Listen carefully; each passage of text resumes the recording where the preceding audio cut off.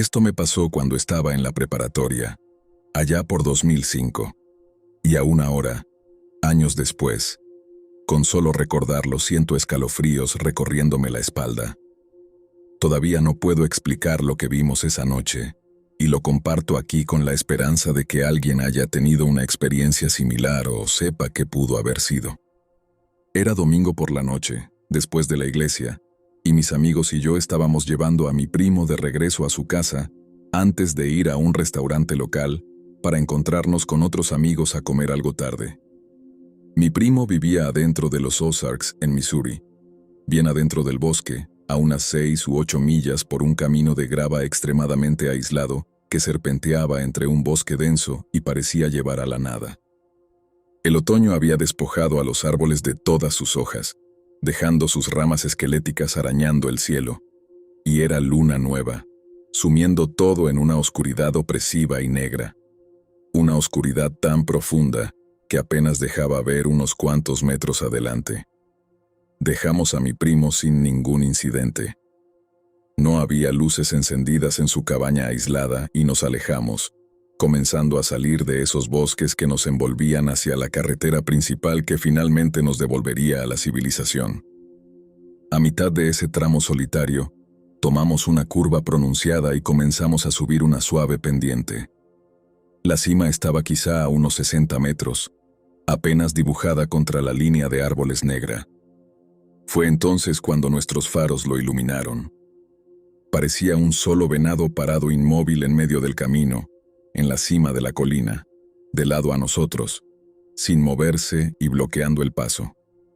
Vivir en el área rural de Missouri, ver venados en la carretera no era sorprendente. Los accidentes ocurrían todo el tiempo, así que no entré en pánico ni frené de golpe. Pensé que saldría corriendo hacia el bosque como siempre lo hacían.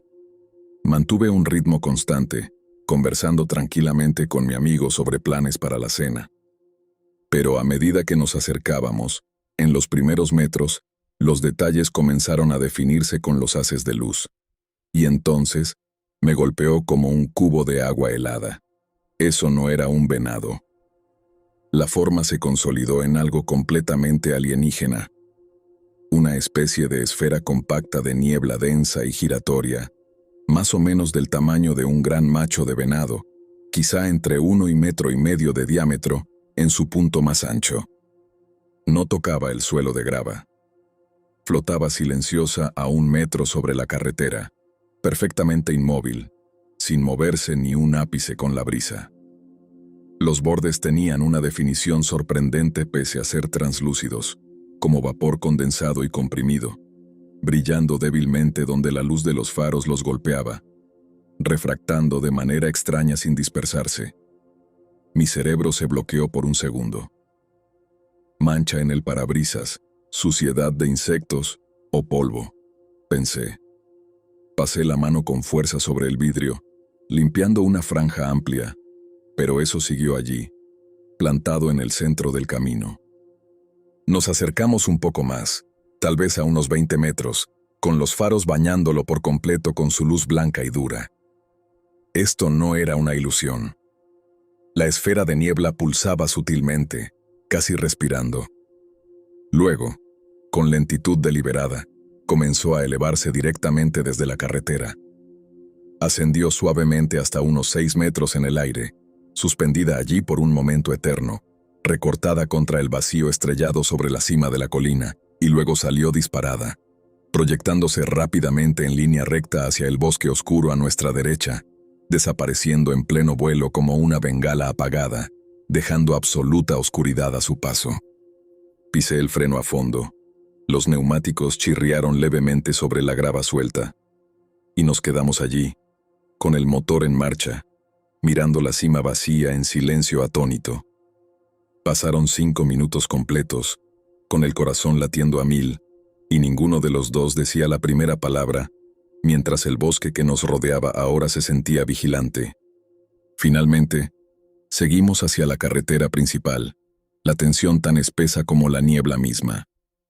Mi amigo, un tipo muy serio que nunca maldice, rompió el silencio con la primera palabra. ¿Qué demonios fue eso? Todavía lo mencionamos a veces, intentando analizarlo desde todos los ángulos, pero nada encaja. No creo que haya sido gas de pantano, faros, refracción, niebla sobre el suelo, ilusión óptica, vidrio sucio o cansancio visual. Ninguna explicación resiste. La elevación, la pausa, la salida en línea recta, todo eso fue demasiado controlado y consciente. Ese camino ha marcado mis viajes desde entonces. Me negué rotundamente a tomarlo de noche, incluso años después. ¿Alguien más ha visto algo parecido a esta esfera de niebla flotante en los Ozarks u otra parte? Realmente necesito saber qué fue eso.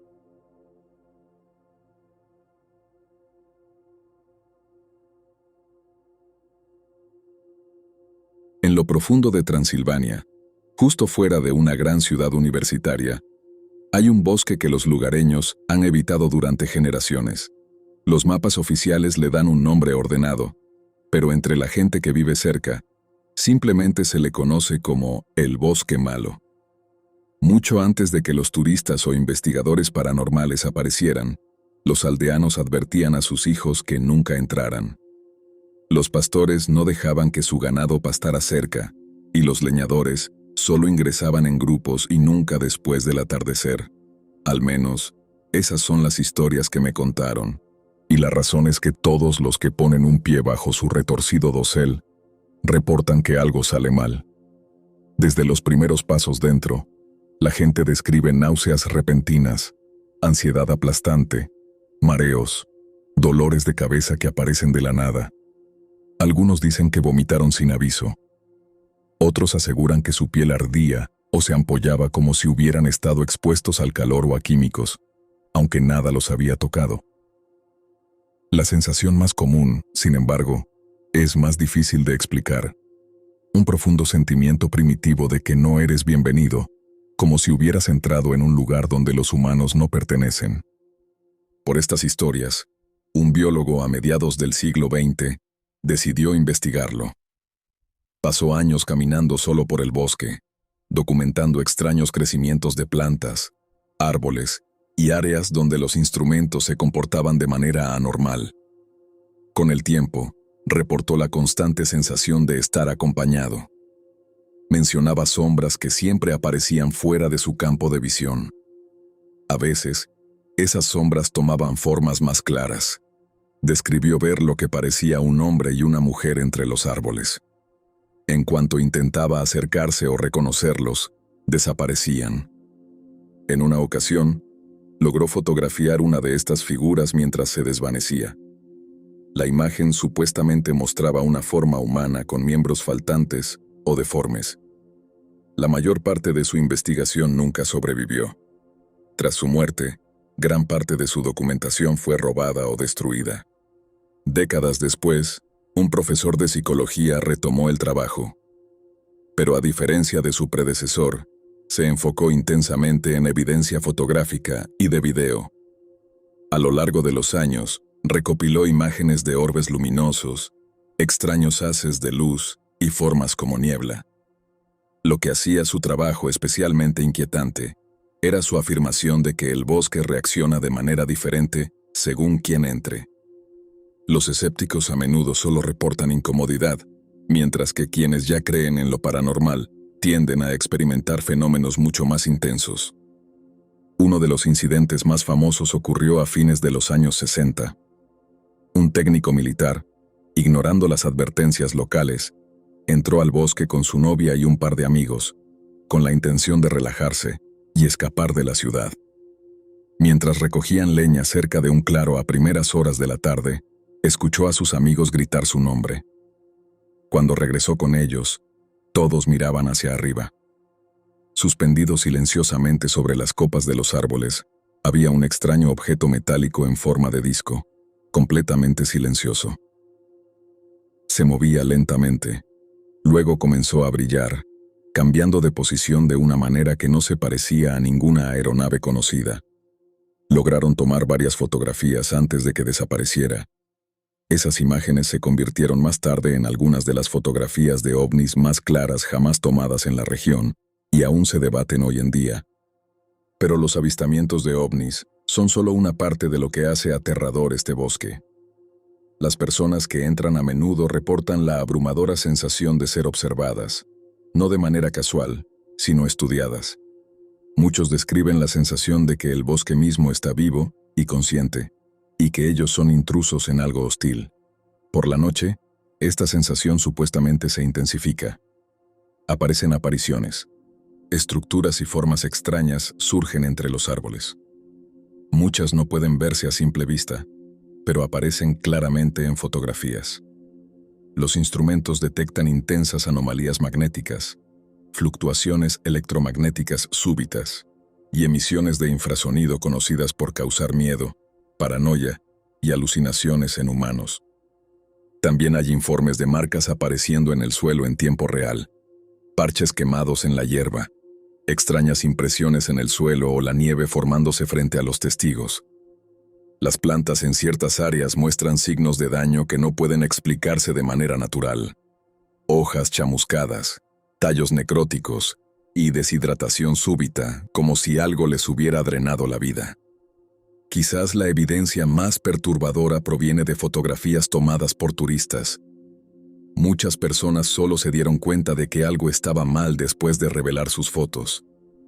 Se pueden ver rostros, decenas, a veces cientos, escondidos entre los árboles, mirando directamente a la cámara. Algunos parecen humanos, otros se ven distorsionados, estirados o congelados en expresiones de dolor o ira. En algunos casos, la gente reconoció caras que se parecían a familiares fallecidos o figuras históricas, a pesar de que no había nadie más presente en ese momento. A principios de los 90, los investigadores identificaron un claro específico dentro del bosque, etiquetándolo como la zona más activa. Los instrumentos allí muestran picos extremos, y los reportes paranormales se concentran en esa área. Los locales se niegan a cruzarla, afirmando que los animales no entran y que se siente antinatural. Los parapsicólogos que estudian la zona coinciden en varios puntos. Los fenómenos son sutiles pero constantes, más aptos para investigación a largo plazo que para cazadores de fantasmas ocasionales. La evidencia es difícil de descartar, incluso para escépticos endurecidos, y parece haber una fuerte conexión entre individuos sensibles y la intensidad de las manifestaciones. Algunos creen que el bosque es una puerta interdimensional donde los espíritus, tanto vivos como muertos, pueden deslizarse entre mundos. El nombre del bosque proviene de una vieja leyenda sobre un pastor que entró con 200 ovejas y nunca se volvió a ver ni a él ni a su rebaño. Algunas personas han intentado abrir portales allí a propósito, pero la mayoría de esas historias terminan abruptamente. Si alguna vez decides visitar, los lugareños aconsejan firmemente seguir los senderos marcados y mostrar respeto por la tierra. Hablé con un anciano local que creció cerca, pero no le gustaba hablar del bosque. Cuando lo hacía, decía que había visto cosas y sentido cosas allí, y no quería intentar explicarlas. Siempre he creído en este tipo de fenómenos. Siempre me ha atraído, aún conociendo los riesgos. El bosque me fascina, pero al mismo tiempo me aterra. Planeo visitarlo algún día, aunque no estoy seguro de que alguna vez descubra lo que hay dentro.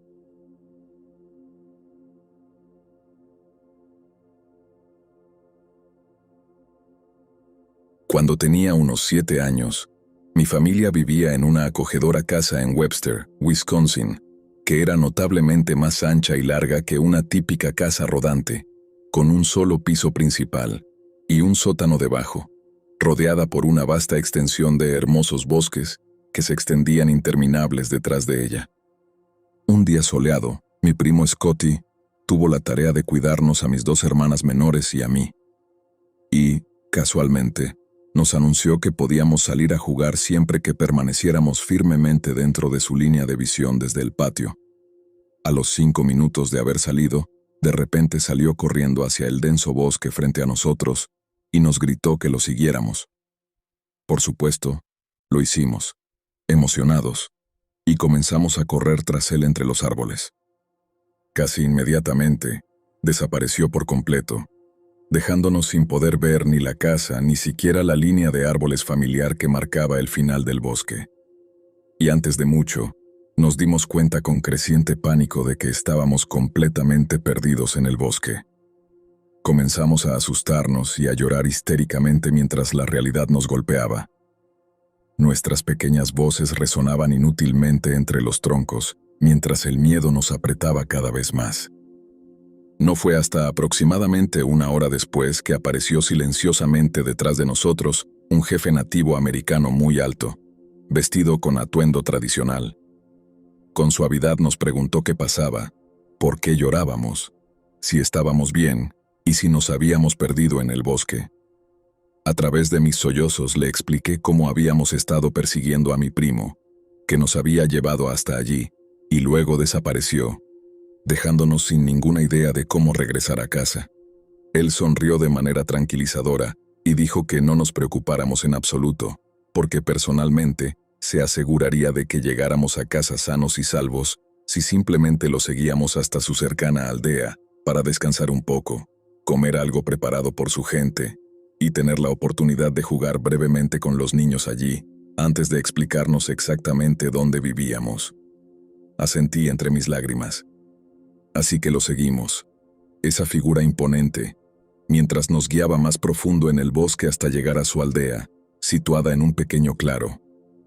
La aldea era modesta pero vibrante, justo en el corazón del bosque, con al menos 60 personas, por lo que pude ver.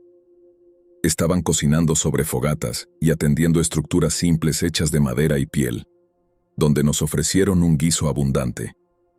El jefe me hizo dibujar un mapa aproximado en la tierra usando un palo, esbozando el camino que nos llevaba a nuestra casa para que pudiera entender exactamente hacia dónde necesitábamos ir. Al verlo, sonrió con confianza y dijo que sabía exactamente dónde ir y que, si queríamos, podíamos jugar un poco más con los niños. Pero insistió en llevarnos a casa antes de que cayera la noche, porque el bosque tenía muchos peligros, como osos, coyotes y linces, que representaban una amenaza seria para niños pequeños que vagaran solos después del atardecer. Fiel a su palabra, nos guió de manera segura hasta el borde de nuestra propiedad, donde la línea de árboles se encontraba con el patio.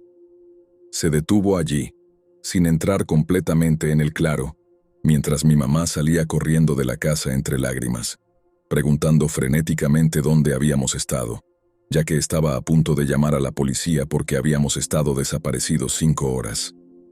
Nos exigió saber por qué habíamos salido de la casa sin que Scotty permaneciera a nuestro lado como nos había indicado. Yo insistí en que él sí había estado con nosotros, porque salió corriendo hacia el bosque, llamándonos a seguirlo, antes de desaparecer por completo, dejándonos desesperados tratando de encontrarlo, hasta descubrir que se había ido sin dejar rastro. Justo en ese momento, Scotty mismo apareció caminando afuera y afirmó que nunca había salido de la casa, insistiendo en que pensaba que estábamos jugando en nuestras habitaciones todo el tiempo. Le conté a mi mamá toda la historia de cómo lo habíamos seguido, y luego conocimos al jefe que nos trajo de vuelta, pero ella me dijo que al día siguiente resolveríamos todo con calma, después de que todos se tranquilizaran. Al día siguiente, seguimos exactamente el mismo camino, rastreando las huellas claras que habíamos dejado en el suelo blando, y llegamos de nuevo al lugar que debería haber sido la aldea del jefe en el mismo claro del bosque. Para nuestro horror total, casi nada quedaba del lugar que el día anterior parecía tan hermoso y vivo. Ahora estaba reducido a cenizas dispersas y restos carbonizados, como si un enorme incendio hubiera arrasado todo hace mucho tiempo. El pasto que antes era corto alrededor de las estructuras ahora crecía salvajemente, más alto de lo que yo jamás había sido, y aparecía completamente quemado, de una manera que sugería cientos de años de abandono y descuido. Llamamos repetidamente al jefe y a todas las personas, esperando que alguien respondiera, pero solo nos recibió un silencio inquietante. Mientras nos preparábamos para regresar a casa con el corazón pesado, vi un último objeto medio enterrado cerca del borde del claro. Una enorme pluma de águila, del tamaño completo de mi brazo extendido. Esa sigue siendo la experiencia paranormal más asombrosa e innegable que he tenido en toda mi vida, dejándome para siempre marcado por el misterio de cómo una aldea completa, con extraños amables, pudo desaparecer en ruinas antiguas de la noche a la mañana, en un lugar al que habíamos caminado físicamente de ida y vuelta.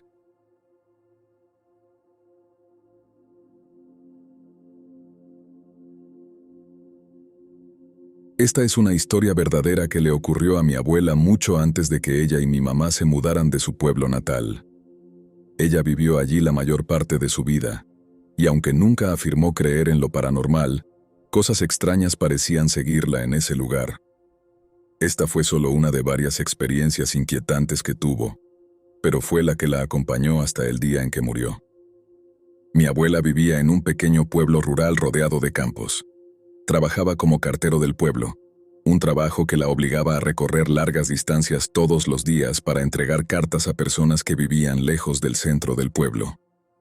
Muchas de esas casas estaban aisladas, escondidas entre líneas de árboles o al borde del bosque, en lugares donde los caminos se desvanecían lentamente en senderos de tierra. Su trabajo también significaba que pasaba mucho tiempo hablando con los ancianos del pueblo mientras entregaba cartas o paquetes. A menudo escuchaba historias antiguas y leyendas locales, relatos sobre partes del bosque que la gente evitaba y lugares a los que incluso los animales se negaban a ir. Durante la primavera, el verano y principios del otoño, viajaba en bicicleta. Pero cuando llegaba el invierno o los caminos se convertían en lodo espeso, viajaba a caballo y en carreta. Esto sucedió a finales del otoño, porque ese día tomó el caballo. Algunas de las personas que tenía que visitar vivían tan lejos que la ruta más corta para llegar requería cortar directamente a través de un bosque.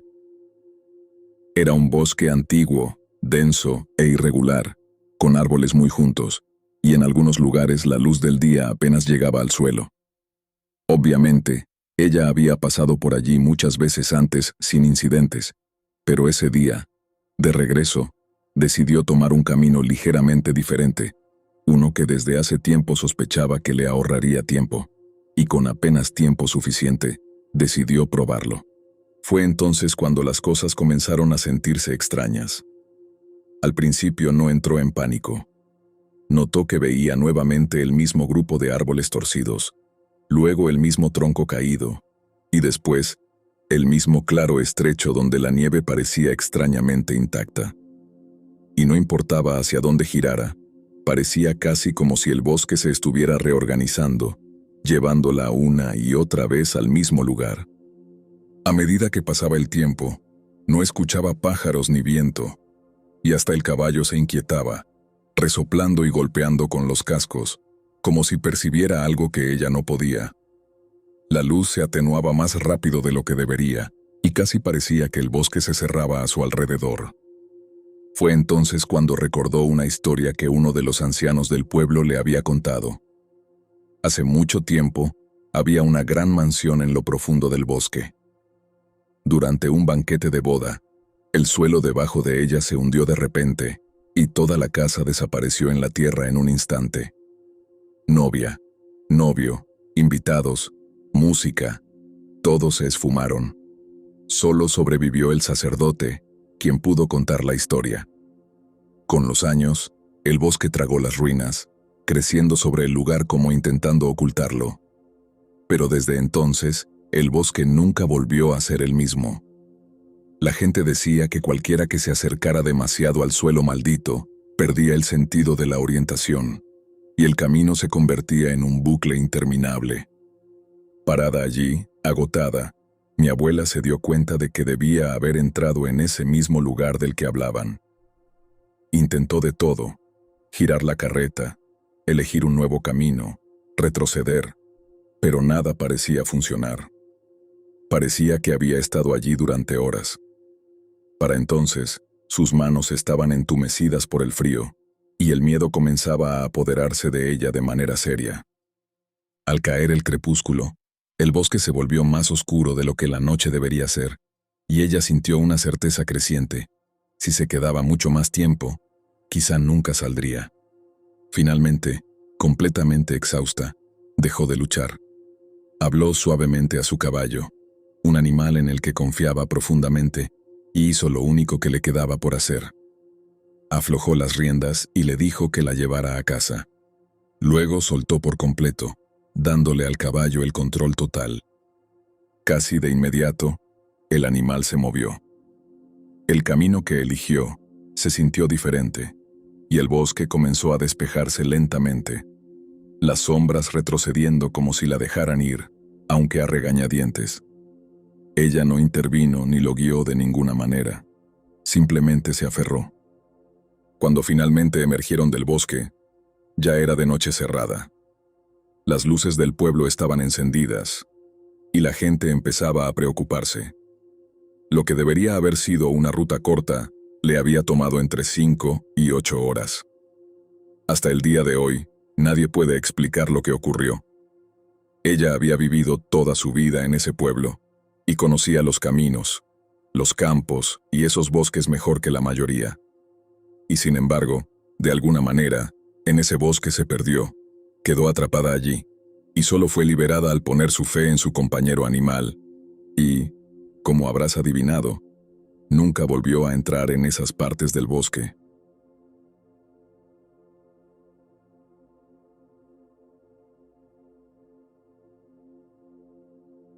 Esto pasó hace aproximadamente 2 años, a finales de junio o principios de julio, en una zona rural cerca de la frontera occidental de Polonia con Alemania.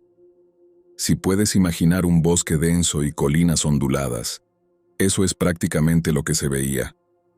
Recibí una llamada de mi tía Magda, preguntándome si podía ir a encontrarme con ella en el pequeño kiosco de tabaco donde trabajaba. Su voz sonaba apresurada y tensa, y ya sabía que algo iba mal. Acepté y en unos 30 minutos ya estaba allí. Cuando llegué, Magda apenas me saludó antes de pedirme que me quedara a cuidar el kiosco por un momento. Me informó que tenía que irse de inmediato a buscar a su novio Daniel y a sus amigos. Cuando le pregunté por qué, dudó un momento y luego me explicó lo que sabía. Justo antes de llamarme, Daniel la había llamado en pánico. Él y 2 de sus amigos, Philip y Jacob, habían salido de excursión por el campo. Habían llevado pistolas de aire comprimido, del tipo que se usan para practicar tiro de manera casual, nada serio. Por diversión, decidieron subir una colina donde había un antiguo búnker de la Segunda Guerra Mundial, medio olvidado y tragado por el bosque. Esa zona estaba salpicada de caminos de tierra abandonados y ruinas de concreto dejadas por defensas fronterizas de décadas atrás. El búnker en sí era diminuto, apenas lo suficiente para 2 personas. Una sola habitación de concreto con una abertura estrecha hacia cada dirección. Según los lugareños, nadie realmente usaba ese lugar ya. Los bosques alrededor eran densos, siempre muy silenciosos, y conocidos por incomodar a quienes se acercaban.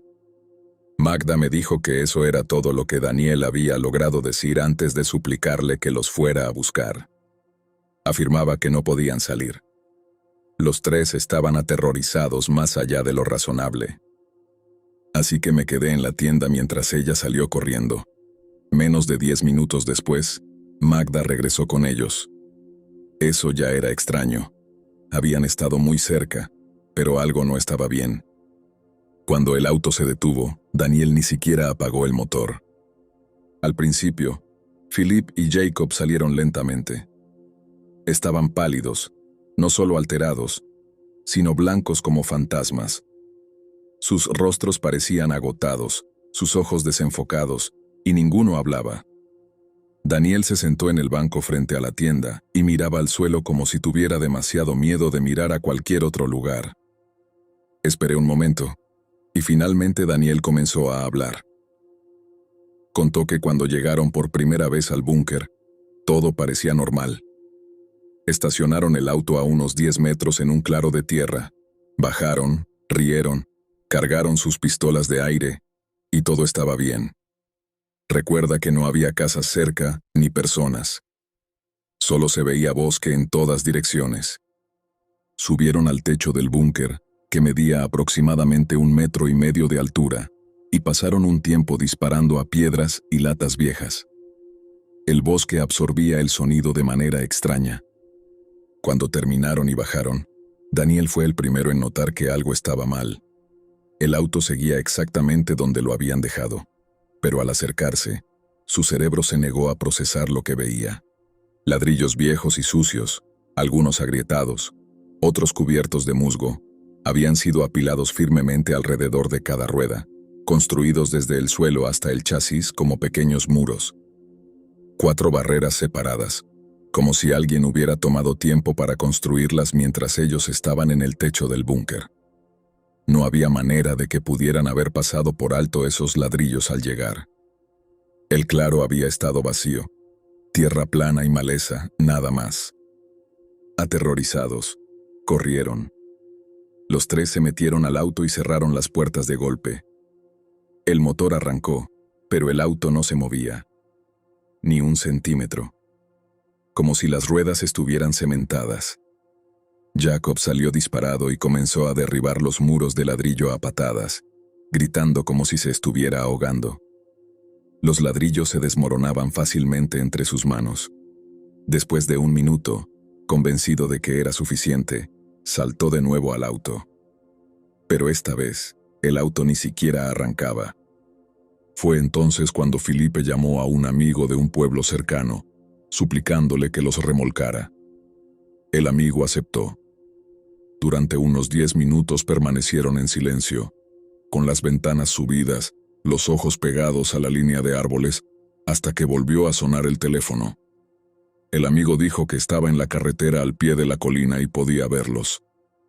Su auto era visible a través de un claro entre los árboles.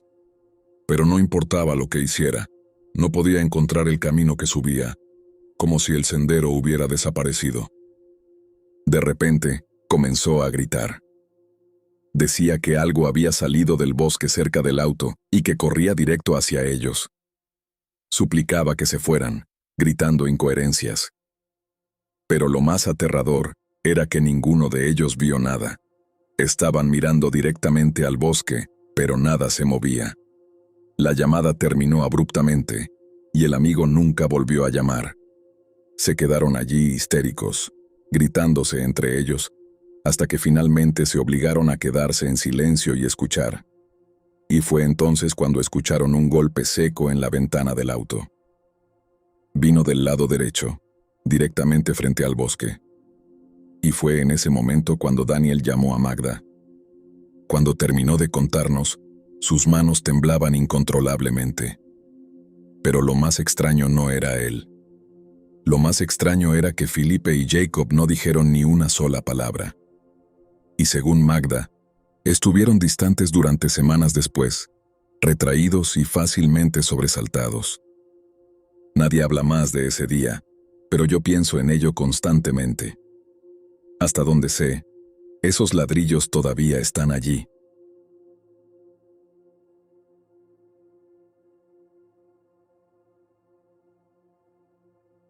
Crecí en y alrededor del Bosque Nacional Green Mountain en Vermont, pasando tanto tiempo allí que a lo largo de los años vi y escuché un montón de cosas extrañas.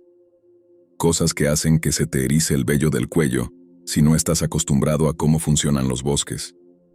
La mayoría tiene una explicación sencilla si lo piensas bien. Animales carroñeros, el viento distorsionando sonidos, sombras jugando trucos entre la niebla o con poca luz. Pero algunas cosas se quedan contigo porque se sienten mal, de una manera que es simplemente demasiado difícil de ignorar. Recuerdo una vez a principios de abril, cuando caminaba por un camino de tierra conocido, que atraviesa pinos densos y bancos de nieve aún persistentes. Justo en medio del camino estaba un cráneo de coyote, perfectamente centrado, como si alguien lo hubiera colocado a propósito, esperando a que alguien lo descubriera. Hueso pálido que brillaba débilmente contra el barro. El resto del cuerpo ya había desaparecido, principalmente desgarrado por aves y otros carroñeros pequeños, quedando solo restos de piel y pelo seco colgando de los bordes. Pero los ojos seguían intactos, nublados y arrugados, pero mirando hacia arriba con una intensidad vidriosa e inmóvil que me golpeó como un puñetazo. Nunca olvidaré esos ojos.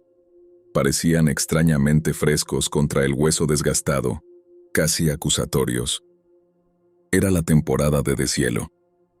Mi mejor suposición fue que el coyote había quedado atrapado profundamente en un banco de nieve durante ese brutal invierno. Hambriento o congelado, y apenas la nieve se aflojó, animales oportunistas como zorros, cuervos o incluso osos lo decapitaron, golpearon la cabeza y la dejaron en medio del camino para que yo la encontrara.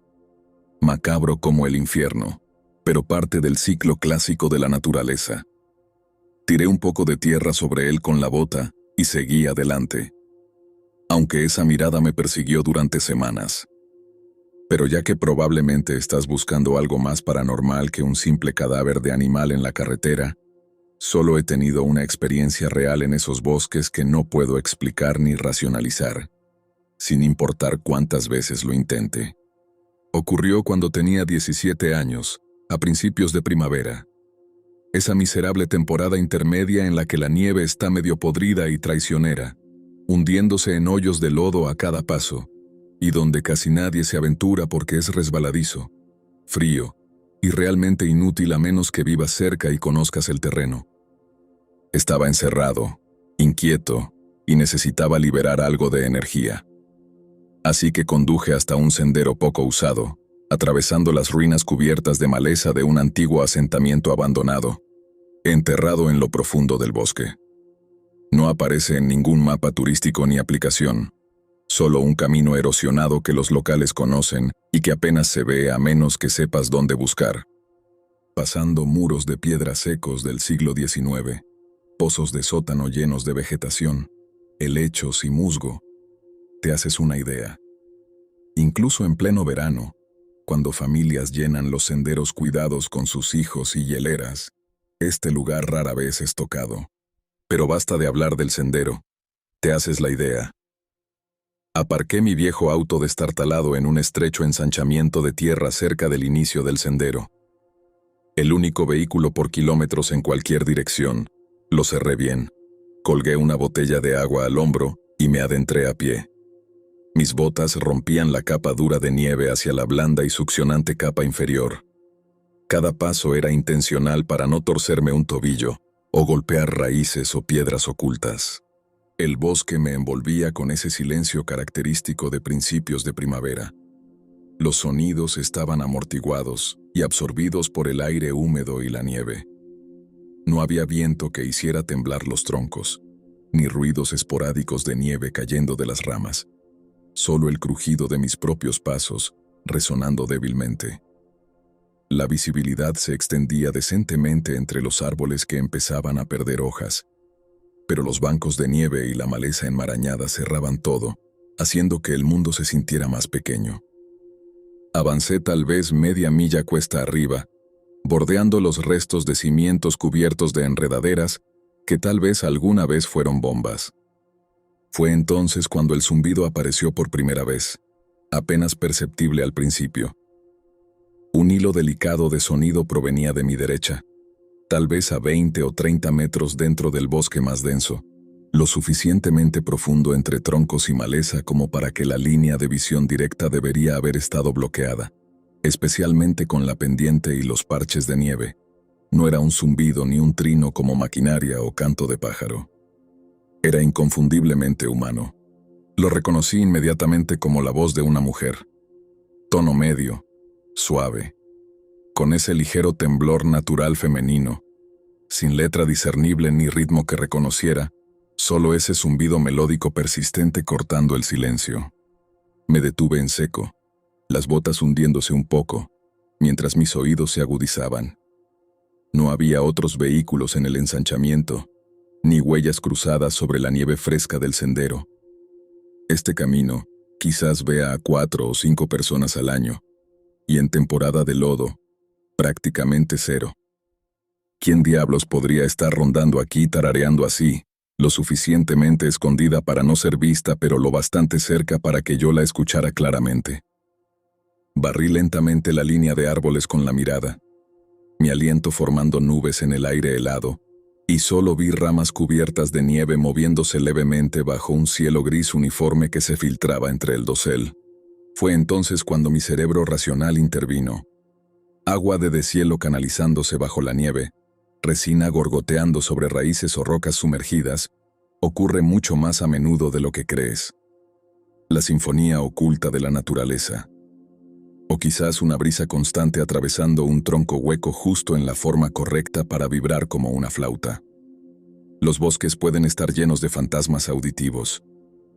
Lo descarté y seguí adelante, ahora con un paso cauteloso y sentidos al máximo. El zumbido reapareció al instante, siguiéndome. El volumen aumentaba sutilmente conforme subía por el sendero. Probé algo deliberadamente. Planté los pies firmes, y el sonido se cortó de golpe, regresando al silencio. Conté hasta 30, con los oídos zumbando en el silencio. Luego continué, y en el momento en que lo hice, volvió a activarse, como si se moviera entre los árboles a la perfección, sincronizándose con mis pasos. Cada parada lo cortaba, y cada paso adelante lo reactivaba. Ese tarareo seguía paralelo a mí como una sombra. Ningún bromista podría haber atravesado ese denso bosque sin ser detectado. No había crujidos audibles, ni nieve removida, ni huellas que lo delataran. ¿Y por qué un camino fantasma a mitad de semana en barro? Un terror primitivo creció en mi estómago, cada vello del cuello electrizado. Me sentí perseguido. Giré bruscamente cuesta abajo de regreso al auto.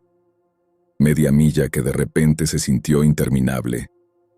Mis piernas luchaban contra la nieve traicionera, la corteza explotando bajo mis botas, hundiéndome suavemente como alquitrán. Mis pulmones ardían en el frío, exhalando ráfagas de aire. Mis brazos se agitaban salvajemente para mantener el equilibrio en la pendiente irregular. Luego vino la persecución paralela. Un ritmo de choque avanzando junto a mí, a través del denso sotobosque, siguiendo mi frenesí paso a paso, como un metrónomo implacable aumentando el terror. El ritmo era distinto, nada como un simple eco de mis pasos. En cambio, escuchaba un golpeteo amortiguado mientras la nieve se compactaba bajo un peso pesado. Ramitas crujían y se rompían bajo una masa deliberada que se movía paralela a mí. No me seguía detrás ni saltaba al frente para cortarme el paso. No, estaba perfectamente alineada conmigo, unos 10 metros dentro de los árboles, oculta entre la maleza, pero irradiando amenaza. Me negué a mirar de reojo, consciente de que un contacto visual podría destrozarme completamente en fragmentos irreparables. Mi visión se centró estrictamente en el sendero. Finalmente, el camino se abrió cerca de la carretera, llegando al ensanchamiento donde esperaba mi auto. El sonido se cortó por completo en ese instante. Solo quedó un vacío de silencio. Entré tambaleándome en el claro, los dedos entumecidos, golpeando las llaves que resbalaban 2 veces antes de engancharse, y me metí dentro, cerrando la puerta de golpe. Arranqué el auto y me fui de allí.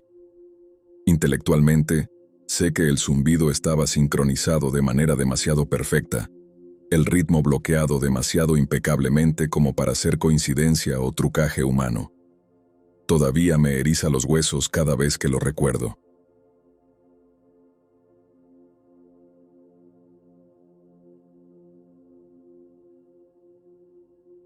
Esto ocurrió cuando tenía 9 años, alrededor de mediados de los 2000, cuando mis padres compraron impulsivamente una granja abandonada y en ruinas, escondida profundamente en los bosques remotos de la zona rural de Suecia, marcando su primer ambicioso proyecto de superarreglo desde que recientemente habían vendido una propiedad anterior, la cual habían transformado de ruina a algo habitable.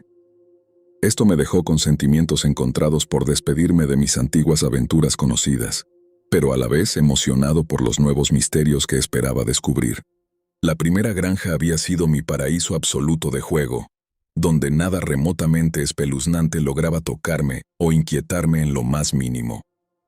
Pasaba horas completamente solo recorriendo los bosques que la rodeaban, construyendo guaridas, fuertes y escondites diseñados especialmente para picnics, con mi escuadrón imaginario de aventuras. Pero en cuanto adquirimos la segunda granja, algo era diferente. No sé si era la casa principal hundida y adornada con pintura descascarada y pisos que crujían con cada pisada, o el garaje polvoriento repleto de herramientas oxidadas y maquinaria olvidada. Un establo cavernoso impregnado del olor persistente de heno húmedo y ganado muerto hace mucho, y un misterioso cuarto edificio, medio derruido y ennegrecido por un incendio devastador de hace mucho tiempo, cuyo propósito se había perdido en las brumas del tiempo y la decadencia. Las primeras visitas a la propiedad giraban enteramente en torno a arduas jornadas de trabajo: pintar paredes, clavar tornillos en vigas caídas, limpiar capas de moho obstinado de cada superficie. Mientras tanto, yo me entretenía curioseando los diversos edificios y los pinos circundantes, pateando gruesas capas de hojas y espiando cuidadosamente cada rincón sombrío que despertara mi curiosidad. Obsesionado con los caballos a esa edad, reclamé el establo como mi dominio personal de inmediato. Habíamos sido dueños del lugar y trabajado en él durante aproximadamente un año completo antes de que el primer incidente verdaderamente aterrador ocurriera, sin aviso alguno.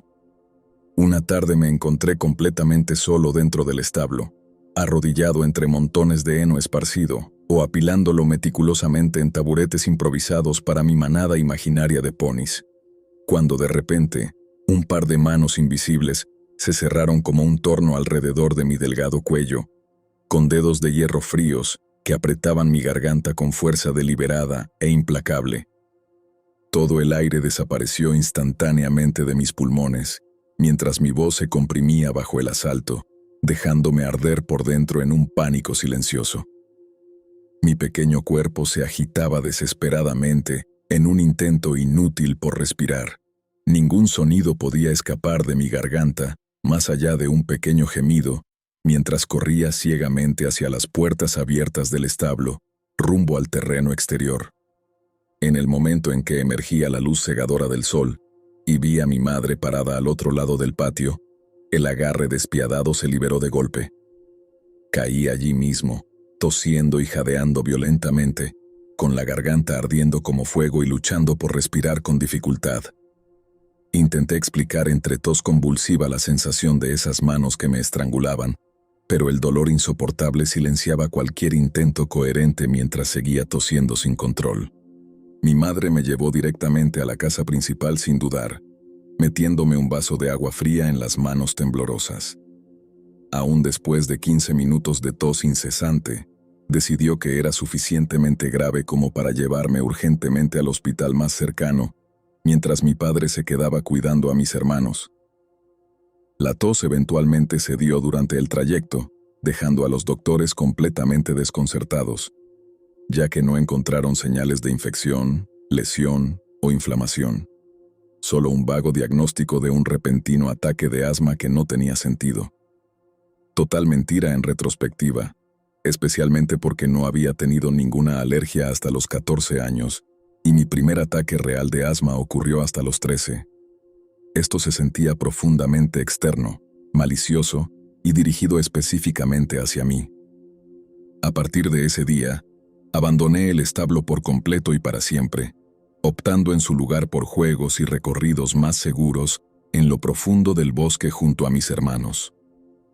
Exactamente 2 años después, a los 11 años, un conjunto de pesados pasos resonando en las tablas del piso me despertó en medio de la noche.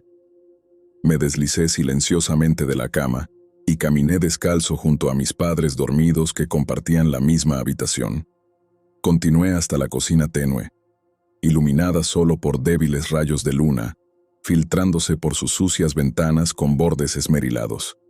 Allí, en el centro, estaba una figura alta y humanoide de un negro absoluto, pareciendo un vacío tallado de las sombras circundantes, cuyos bordes se desdibujaban suavemente en la oscuridad, mientras emanaba una presencia inconfundible.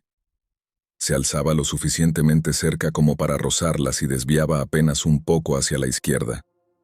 Sin embargo, pasar junto a la forma familiar y roncadora de mi padre hacía que toda la escena se sintiera real, más que un sueño fugaz o alucinación. Me quedé congelado a mitad de paso, la piel erizada bajo el peso de su mirada invisible, hasta que alguna fuerza inexplicable me empujó hacia atrás, obligándome a girar bruscamente y marchar directamente de regreso a la cama, sin atreverme a mirar atrás. El sueño me fue completamente esquivo durante el resto de esa interminable noche, con ojos invisibles perforándome desde la oscuridad envolvente, irradiando olas de hostilidad inconfundible.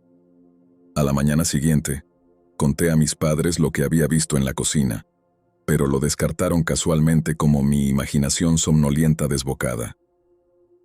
Quizás estaba soñando, intentaba repetirme. Pero desde el momento en que apareció esa figura, toda la granja se volvió irreversiblemente opresiva en mi percepción, dejando un frío constante en cada rincón, junto con la sensación inconfundible de ojos siguiendo cada movimiento mío, como si la granja misma odiara mi presencia y me considerara un intruso no deseado, violando su territorio. El peor incidente llegó cuando cumplí 13 años. Estaba pegado a mi viejo y lento ordenador con conexión dial-up dentro de la casa principal, mientras chateaba frenéticamente con amigos lejanos, auriculares medio puestos y música electrónica diminuta sonando en un oído. Mis padres anunciaron de repente que necesitaban ir de compras a varias millas de distancia por caminos de tierra, y me preguntaron directamente si quería acompañarlos, a pesar de mi obvia distracción. Totalmente inmerso en una intensa secuencia de raid, los despaché distraídamente con un «No, estoy bien aquí». Revisaron una última vez para asegurarse, y al asentir firmemente sin mirar, la puerta principal se cerró tras ellos. Inmediatamente, se escuchó el crujido de la grava bajo los neumáticos mientras el auto desaparecía lentamente por el largo camino de tierra. El arrepentimiento me golpeó como un tsunami. La soledad envolvió la casa. Un terror puro, irracional y visceral saturó cada célula, haciendo que la habitación se encogiera de forma claustrofóbica, mientras las sombras se profundizaban amenazantes en cada esquina. Escuché el zumbido distante del auto alejándose, que finalmente se extinguió, dejándome atrás en aquel silencio opresivo. Entonces comenzaron los golpes, sin piedad. Un solo golpe deliberado resonó primero. Una pausa medida, luego dos más en rápida sucesión. Los golpes se sucedían con un patrón rítmico, totalmente predecible como un metrónomo, emanando de algún lugar indefinido. Tal vez las paredes vibraban sutilmente, las tablas del piso crujían bajo un peso invisible, o incluso el techo se hundía con presión no vista. No sabía de dónde venían. Sabía que mis padres tardarían al menos 2 horas más en regresar, dado lo lejos que estaba la tienda de comestibles. No tenía otra opción que aguantar ese creciente horror sola. De repente, el marco de la cocina apareció ominosamente ante mí, revelando una figura negra que avanzaba deliberadamente hacia donde yo estaba paralizada. Esta vez no había duda alguna. No era un sueño. Mis pulmones comprimidos bajo un agarre aplastante, un dolor de cabeza brutal explotando detrás de mis ojos. Permanecimos bloqueados durante 5 interminables segundos, hasta que el choque puro finalmente me devolvió la movilidad. Corrí directamente hacia la puerta trasera, con las chanclas golpeando violentamente mis talones. Por suerte, había desayunado afuera, y eso salvó mis pies. Bajé el camino polvoriento con desesperación, apuntando a la casa del vecino, a 20 minutos caminando. Un alivio inesperado apareció cuando el auto familiar apareció en la lejanía, corriendo hacia mí lo más rápido posible. Me aparté de inmediato a un lado del camino mientras mis padres salían del vehículo alarmados por mi aspecto salvaje, y yo rompí en sollozos incontrolables, narrando incoherentemente la figura que me estrangulaba, los golpes implacables y el terror abrumador que me había empujado afuera.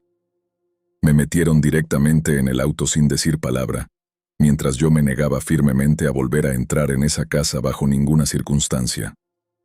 Mis padres inicialmente atribuyeron todo a paranoia o alucinación, y más tarde me acusaron de exagerar para llamar la atención.